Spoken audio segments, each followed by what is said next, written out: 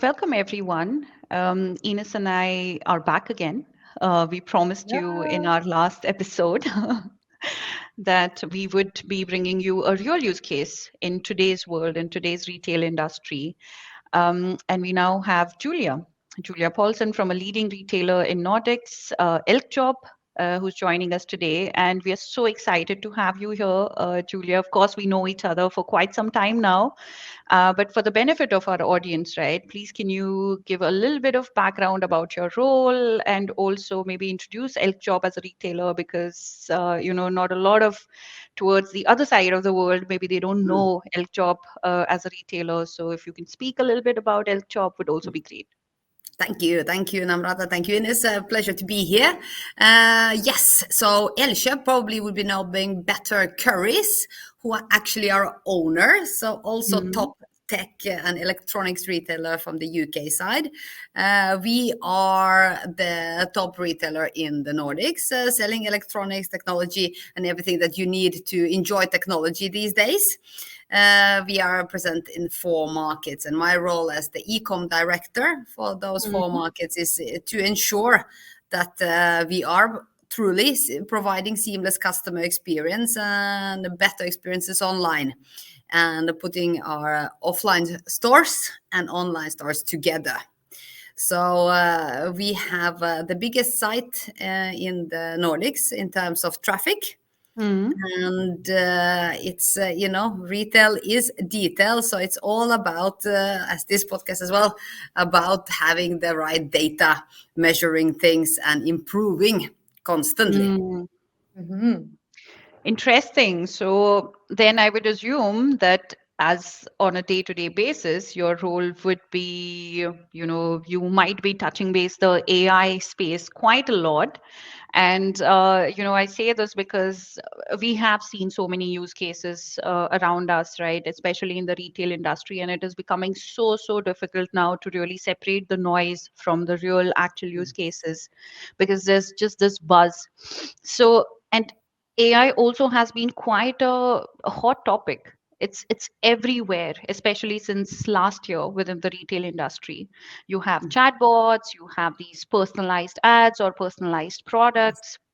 So, and that's why I would like to ask you, what role is AI playing at Elkjøp? So maybe if you can give us a little bit of idea to help us, differentiate this reality versus the buzz that we see in the Yes. industry.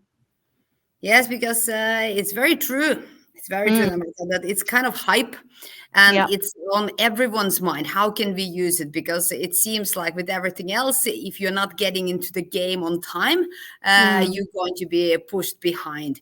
But I say to my organization that it's actually AI is here. It yeah. is here, it's here to stay. And if you don't use it, you will be pushed back by Yeah. both your competitors, by the market, and also by consumers, because Mm, people expectation is increasing. They are much more aware what people can do. They are much more aware what is happening in terms of data development and sharing their mm, data. They want to have something back, as they should. yeah. So Yeah. we need to kind of be realistic that AI isn't some kind of a hype, even though it seems to be, because everyone is talking, but not too much action. Yeah. And start very concretely thinking where your business can actually Mm, utilize this technology already now.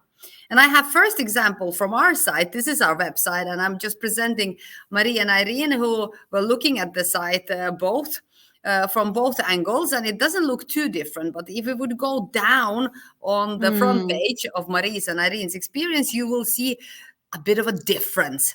Now I did mm, you a bit of favor and translated from Norwegian to something more proper. So you, as you can see here, mm, Irene has actually been in our site before, hence last seen, and she's quite obsessed of MacBooks. So instead of pushing her fridges that she will mm. clearly not be interested, we are showing her those MacBooks and different options and say, really, you should just go and buy it, Irene. It's time. But they're quite similar profile. They will look a bit the same. She has not been on a page before, so I do not have enough data on her. So I do not really Mm, know that much on Marie, and that is she as obsessed with MacBooks or not. So there I have to use different predictive models and algorithms to say, okay, could this be something for you? And as we see, any modern woman needs both those MacBooks, headphones, and the washing machines to fulfill their lives. So there goes the recommendation. But basically, these algorithms, you might think that, okay, this is not so much, this is not so impressive. But actually, just in the few months this year, when we have been using these recommendation models from Dynamic Yield, we have generated 140 million in direct revenue. And this is coming without any people doing that work. And all the retailers now in the audience listening to this podcast, you know how much time and energy it goes to prepare those weekly campaigns, do that merchandising of the site, and making sure that the products with the best value, both for you and the customer, get the spotlight. Here we have let the algorithm to do the job, and we see that it actually is doing pretty damn good job. We see 80% more items added to basket, and also higher order value. So not only people are buying more, but they're also buying more products that have more value for you and your business. So I think I would say that it really isn't something completely mysterious, because we have been working with dynamic yield and these models from 2019. But actually now we have started using more this deep learning and machine learning algorithms. So I think with generative AI, we have actually managed to go from just normal A/B testing, where we are kind of inputting everything and telling, okay, what attributes the AI should look for, kind of giving more control to the machines and say, okay. Before we go to the machine and like deep dive in there, can we go back to those amazing numbers you shared? Because plus 15, plus 18%, that's really awesome what you're sharing here. And just to get the understanding, so the people buy more items, they buy more products, and if the algorithm is recommending something, you show the MacBook example, or maybe better quality, higher price. So this is also successful. The people follow the recommendation, get something in addition, and look for quality, let's say. So both of them work? Yeah. Exactly. And as we know in retail as well, the less clicks you do, the better conversion. That's just proven. So if you can help the customer in that journey to find the products they're actually looking for that is relevant for them, they are converting better, and they are converting faster. Because again, this is a win-win situation. I absolutely agree. Namrata and me, we talked about this, right? So in the past, we had those recommendations, like someone else is buying this book, and you're like, I'm not interested in that. And if this is now really hitting what I'm personally interested in, if I buy a new product and I get good accessories to it, or whatever it might be, then this is, as you said, also win for me as a consumer, because I can stop looking, because I get what I need here in a shorter time. Exactly. And I think I love that, Ines, because see, you have so many opportunities when you're feeding these algorithms, right? I tend to say to my team is like, shit in, out, sorry for the foul language, but it is all about data and how the product relationship is, and how do you manage it? What do you tell the machine they should look for? And let's say, for example, Ines, in your recommendation example, you don't really want to hear, okay, someone else bought this book. Like, what do I care about that? But some people might have been clicking a lot on recommendations. They have been reading ratings and reviews. They have been engaging with our social commerce content. So for those people, I would actually might use that, okay, by the way, others have been looking at this.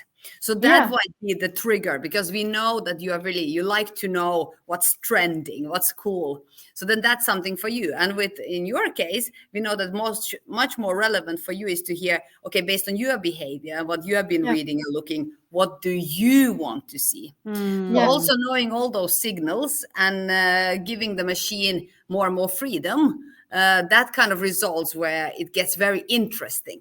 I agree, because you mentioned this out, that is, I know, I mean, we can excuse the language, of course, but honestly, this is something that we were also talking in our last episode, that how important it is for a retailer to know where to start, and data is like the first step that you need to know, that you need to have this good quality data. And this is exactly what you are as well telling us. So kind of confirming that we were on the right track. Um, all Yes, these because data points. Yeah. if you don't have, if your master data is not in order, if you haven't Mm. structured your data, Hmm. if you do not have product specifications from the supplier, in our case, Yeah. pretty important when we're talking about technology, especially, Yeah. it doesn't matter what you say Hmm. for the algorithm will not understand, and it will result in bad recommendations. Hmm. So you have to make sure that you, when you think about where to start with hygiene. Make Yeah. sure that your data is in order, that you have all the information that it needs, that the algorithm understands what to present when, and what is the product relationship. Because Hmm. where we have seen the AI being the best also in terms of recommendation is having that combination that if I buy this phone, what else do I need?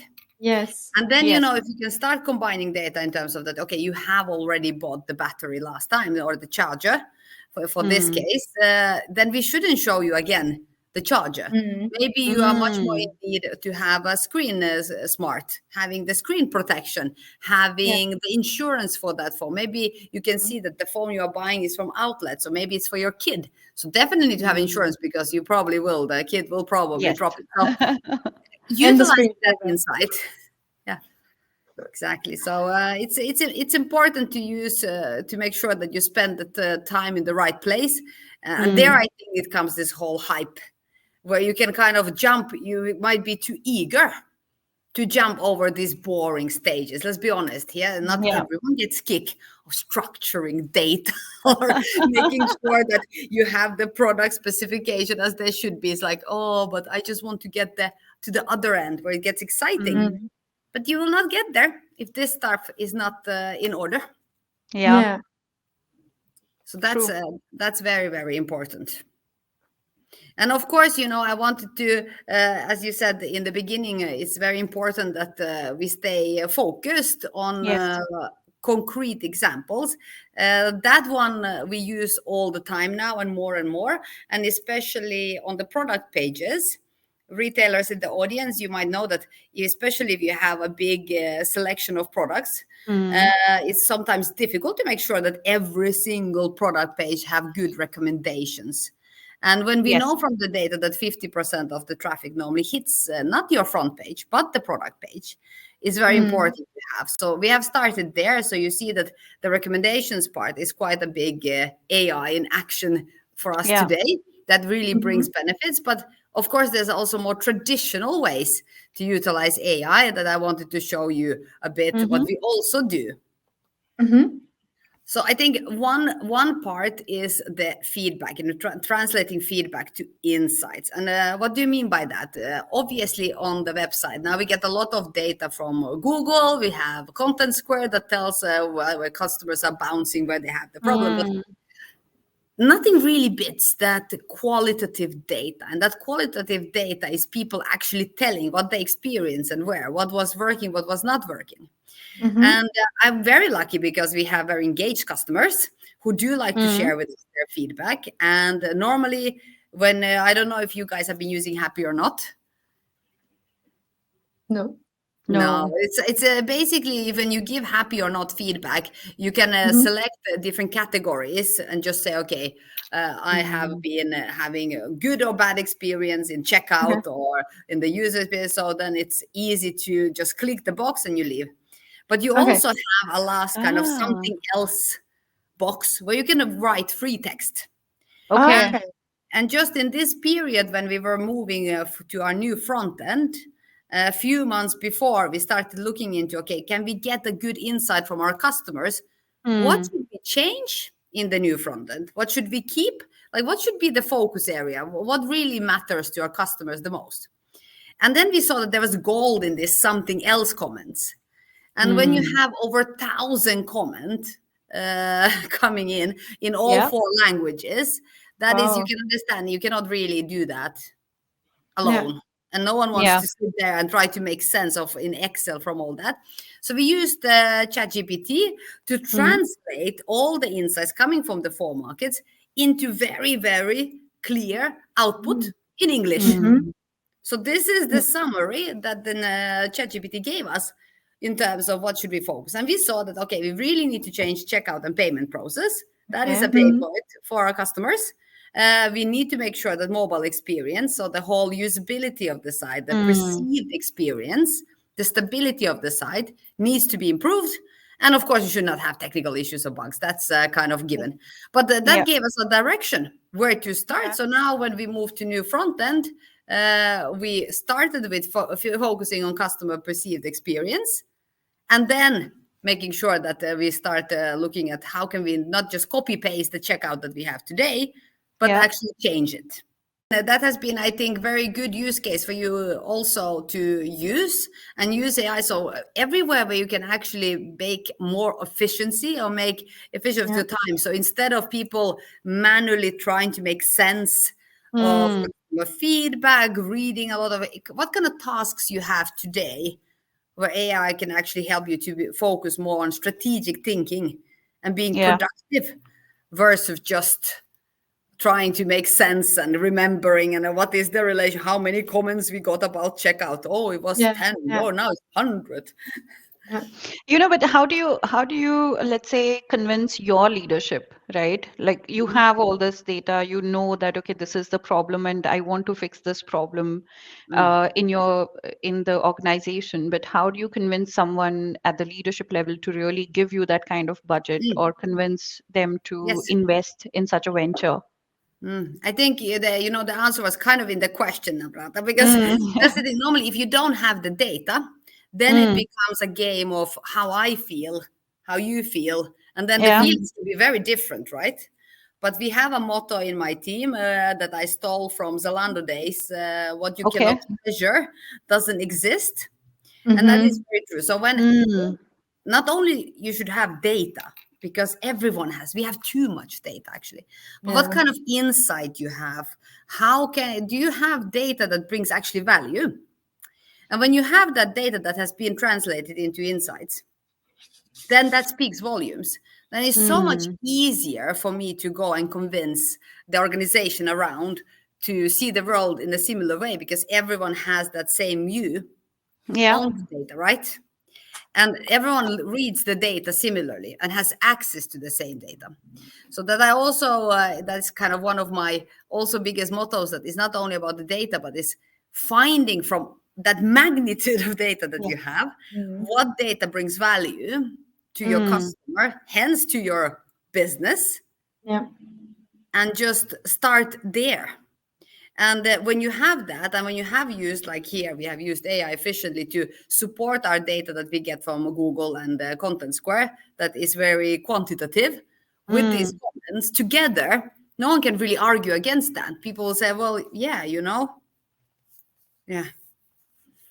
So it's kind of, I think it's very important to understand that when you do these processes, you have to be a kind of change agent and really do change management from within.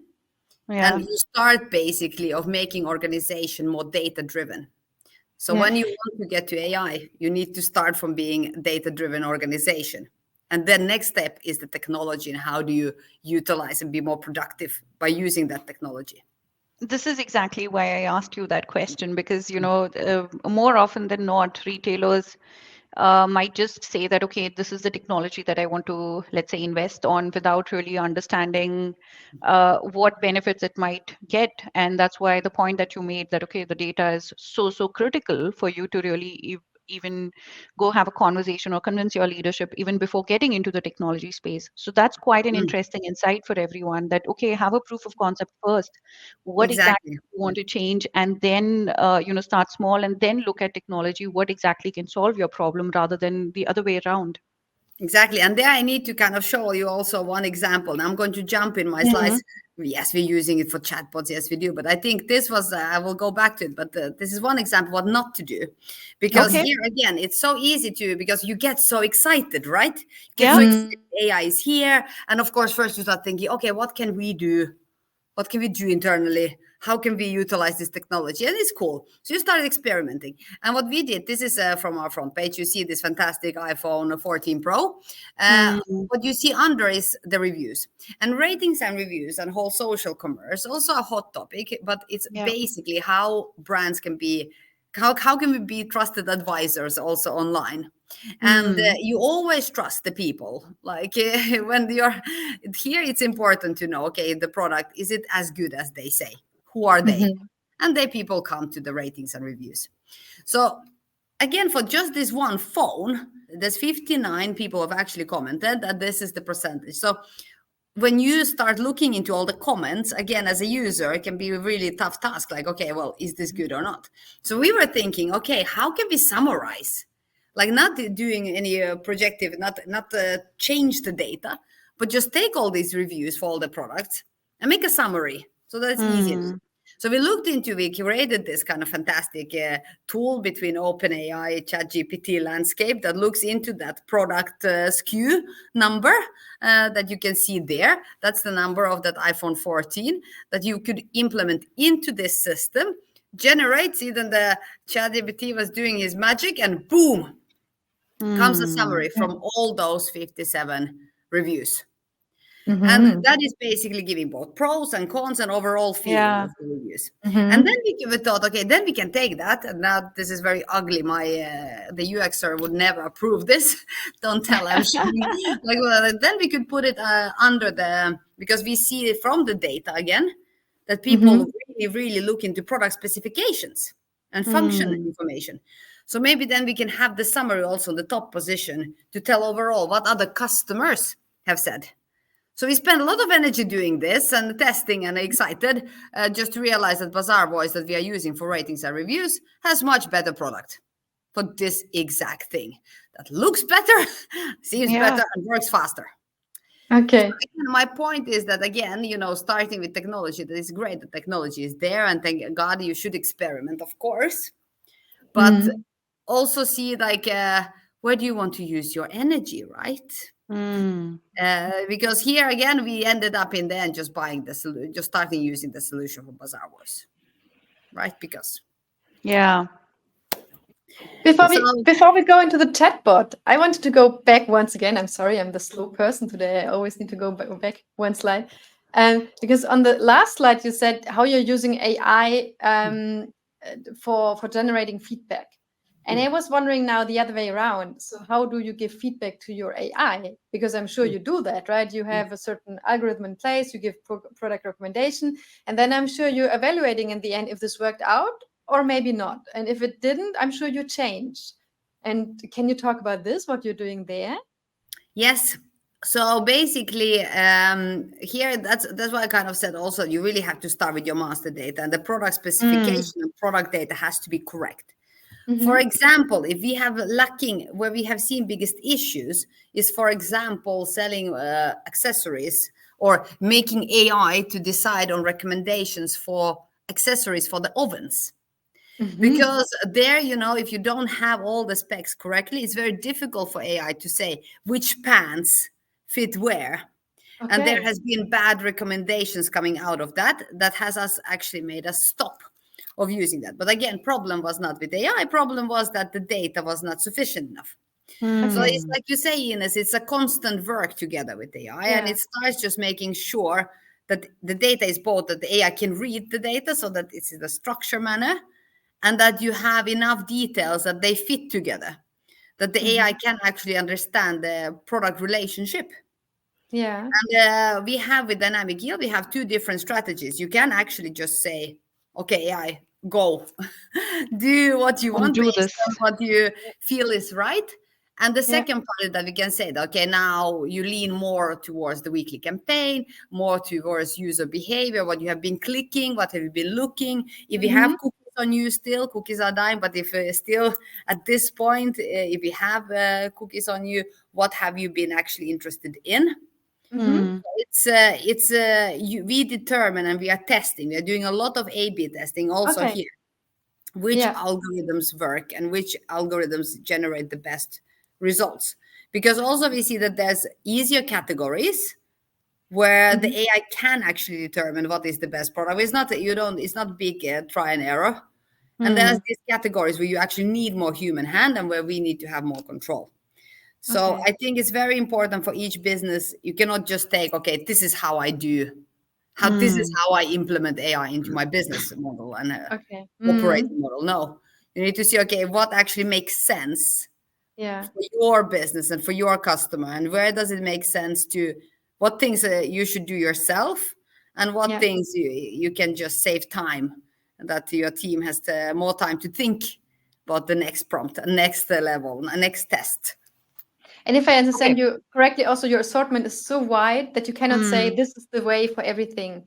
But No, one part could be this and the other part could be completely different. It's important for you to find out in which part of my assortment or in which part of my business can I do what, which is successful in the end, and not just exactly. copy paste across Exactly. We everything. have over 200,000 SKUs online, and we have Yeah. also a marketplace. So we don't really also own all our products, and have a different relationship and get different information from suppliers. So it's very, very important to see, okay, where do we have a lot of data on the products Yes. and control on the whole value chain, and where we don't, and how do we make it all work together, how it all makes sense together. Yeah. Interesting. So any retailer who would like to go ahead, then to summarize would be, first get your data sorted. That is number one step. Then don't expect the shoe to fit all the sizes. Yeah. It will have to vary category by category, and in some cases it may even be subcategories rather Yes. than just a particular category. So interesting.